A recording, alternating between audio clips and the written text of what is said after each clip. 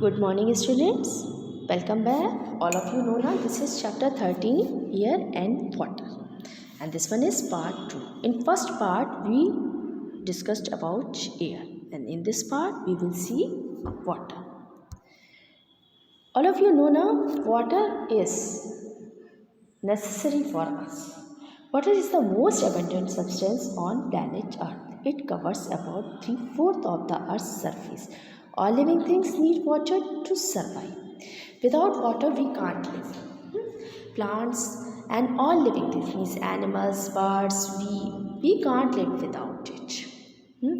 And the Earth surface, the 3/4 part of the Earth surface is covered with water से ही covered है. आपने देखा होगा ग्लोब जो कि अर्थ का मॉडल है वो किससे कवर्ड होता है. उसमें क्या होता है. हाँ, वो उस पर आपको ज़्यादातर आपको ब्लू दिखता है ना, तो क्या शो करता है कि ये वाटर को शो करता है. Okay, and we use water in many ways such as drinking, bathing, cleaning.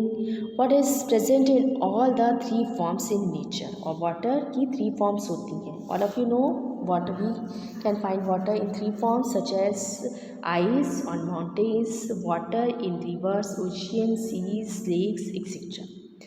And water vapor in air. What are the 3 forms of water? Ice, water and gaseous. And these are the states of water.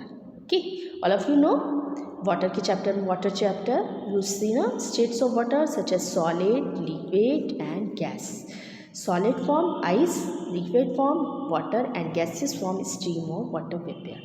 These states can change from one place form to another. और आपको ये भी मालूम है कि ice से water में change हो जाता है, मीन्स सॉलिड से लिक्विड फॉर्म में चेंज होता है water, and liquid can change into solid form, and liquid can change into gaseous form, and gaseous form can change into liquid form. These states can change from one form to another.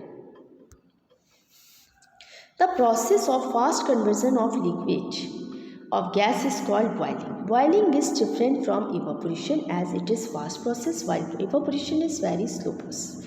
देखिए boiling और evaporation. Boiling का आपने देखा भी था, है ना, practical हम लोग ने किया था. कंटेनर में मैंने वाटर बॉयल किया था, उससे स्टीम आने लगी थी. उसके बाद फिर मैंने लिड रख दिया था, ठीक है, कंडेंस हो गया था, कंडेंसेशन हुआ था. उसके बाद वाटर जो है वाटर ड्रॉपलेट्स में कन्वर्ट हो गया था. याद है आप लोग को. अब आप देखो कि वाटर बॉयल हो रहा है तो स्टीम फॉर्म हो रही है, वाटर वेपर बन रही है, गैसेस फॉर्म में वाटर चेंज हो रहा है. इवापोरेशन होता है तब भी वाटर फॉर्म में वाटर जो है गैसेस फॉर्म में चेंज होता है, मीन्स वाटर वेपर बन जाता है. ठीक है, but what is the difference between boiling and evaporation? See, boiling कहाँ हो रही है? गैस बर्नर पे. और इवापोरेशन किससे हो रहा है? सन की हीट से हो रहा है. तो सिंपल सा आप वैसे भी आप बता सकते हो, है ना. ये फास्ट प्रोसेस है and this is slow process. Because कितना भी हॉट समर हो आप, लेकिन अगर आपको कहीं नीडेड होगा तो आप जा सकते हो, है ना. लेकिन क्या फायर को टच कर सकते हो? No, it is very dangerous, है ना. So it is very fast processing but it is very slow processing. Heat होता है वाटर, जो सन की हीट से वाटर वेपर बनता है, वेरी स्लो प्रोसेस. बट जो बॉइलिंग होती है it is very fast processing. Same thing water जो इसमें भी लिक्विड से गैसेस फॉर्म में चेंज हो रहा है, इसमें भी वाटर से गैसेस फॉर्म में चेंज हो रहा है. This is called evaporation. Okay, and this is boiling. Simple. Now water cycle. We will see water cycle.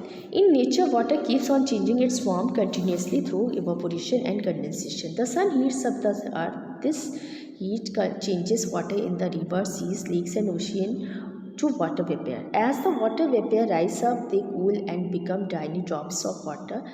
These droplets collect around dust particle in air of warm clouds. The tiny droplets of water in cloud come together and join to form large water drops.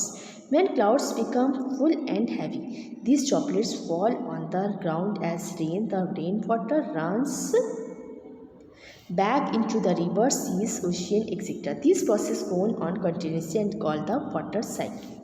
With the help of diagram, I will explain this water cycle. See, आपको मालूम है कि water की जो forms है वो interchange होती है, एक दूसरे में चेंज हो जाती है, लिक्विड से गैस में, गैस से लिक्विड में, और लिक्विड से सॉलिड में, सॉलिड से लिक्विड में चेंज होता रहता है। ठीक है, अब हम देखते हैं वाटर साइकिल। ठीक है, with the help of this diagram I am going to explain it. See, sun gives us heat. इसकी हीट से क्या हो रहा है, जो ओशियंस, रिवर से इनका वाटर क्या हो रहा है, इवापोरेट हो रहा है। सी, इवापोरेट हो रहा है और कहाँ जा रहा है, अपसाइड जा रहा है। सी, अपसाइड, अपसाइड जाए, यहाँ से लेके अपसाइड पे पहुँच गया, है ना, पहुँच गया। और उसके बाद ये देखो आप, जब अपसाइड जाती है स्टीम, अपसाइड जाती है, ठीक है, तो फिर वो ड्रॉपलेट्स में कन्वर्ट हो जाती है, और वही ड्रॉपलेट्स जब कलेक्ट हो जाते हैं और उसमें डस्ट पार्टिकल्स बन जाते हैं, मिल जाते हैं, तो वो क्लाउड की फॉर्म आ जाती है।